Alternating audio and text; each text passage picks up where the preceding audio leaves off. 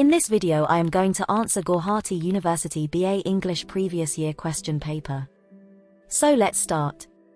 Answer any 10 of the following as directed. Who is Tom Dacre in the poem, The Chimney Sweeper? Tom Dacre is one of the young boys who are forced to work as a chimney sweeper.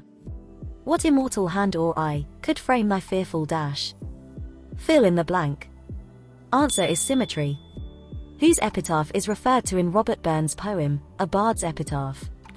Robert Burns, the national bard of Scotland, is an epitaph, composed 10 years before the poet's actual death in 1796. Through this epitaph, the poet presents a sketch of his life.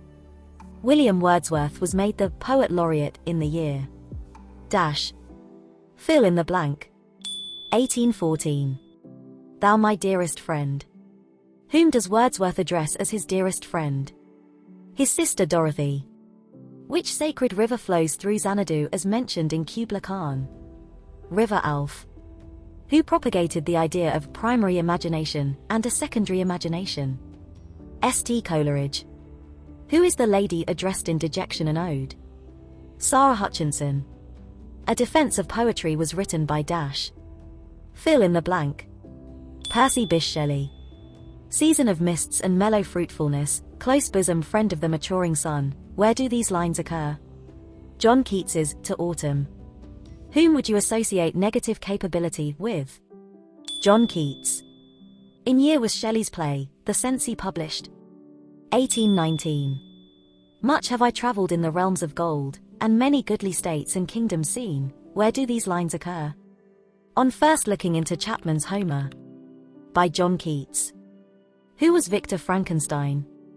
Victor Frankenstein is a fictional character in Mary Shelley's novel, Frankenstein, or The Modern Prometheus. He is a young Swiss scientist who becomes obsessed with creating life from dead matter, and ultimately brings to life a creature made from various body parts. What is the structure or form of Mary Shelley's Frankenstein? Frankenstein is much more complex as Mary Shelley uses a technique called embedded narrative. Answer any 5 of the following questions. Write a note on the living conditions of the children at the time when The Chimney Sweeper was written. The Chimney Sweeper is a poem by William Blake, which was written in the late 18th century. At the time when the poem was written, the living conditions of the children who worked as chimney sweepers were often terrible. They would be housed in cramped and dirty living quarters, with little to no ventilation or sanitation.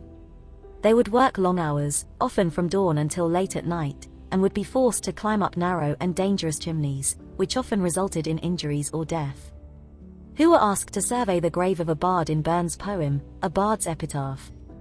In Robert Burns' poem, A Bard's Epitaph, the speaker asks 10,000 harps, and every tuneful tongue, to survey the grave of the bard. The speaker is suggesting that all musicians and poets should pay tribute to the deceased bard and honor his memory by celebrating his life and accomplishments through their music and poetry. The poem is a tribute to the power of art and the enduring legacy of great artists, who continue to inspire and influence others long after they have passed away. What does the poem, Tintern Abbey, tell about Wordsworth's feelings towards his sister and his hopes for her future years? In the poem, Tintern Abbey, Wordsworth expresses his deep love and gratitude towards his sister Dorothy. He reflects on the memories they shared together in the countryside, and how those memories have continued to sustain and inspire him even as he has grown older. Wordsworth hopes that his sister will continue to find joy and solace in nature as she grows older, and that she will be able to appreciate the beauty and wonder of the world around her.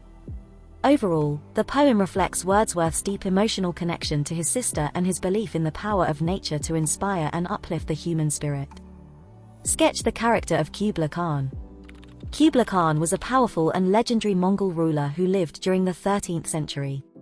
He is often depicted as an ambitious conqueror and a patron of the arts. In the poem, Kubla Khan is portrayed as a powerful and enigmatic figure, who is able to create a magnificent palace and gardens in Xanadu, through the sheer force of his will.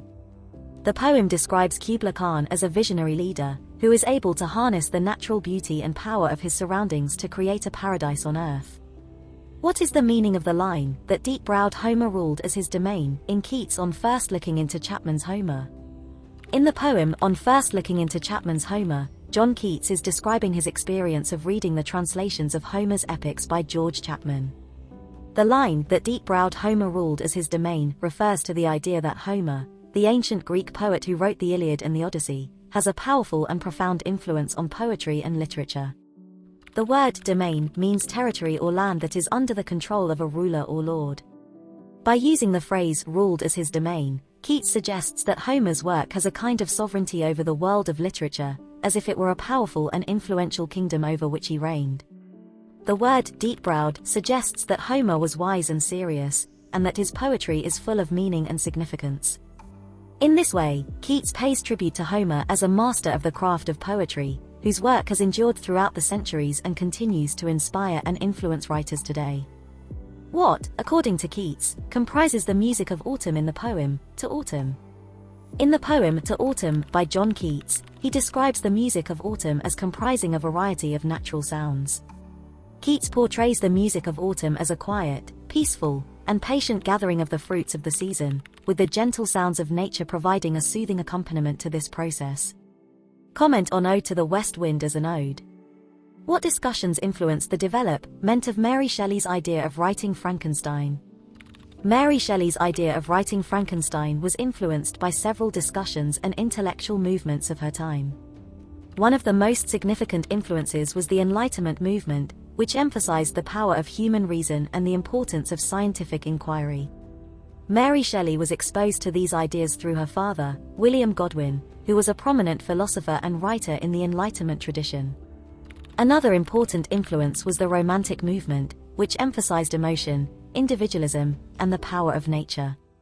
Mary Shelley was also exposed to these ideas through her husband, Percy Bysshe Shelley, who was a leading Romantic poet.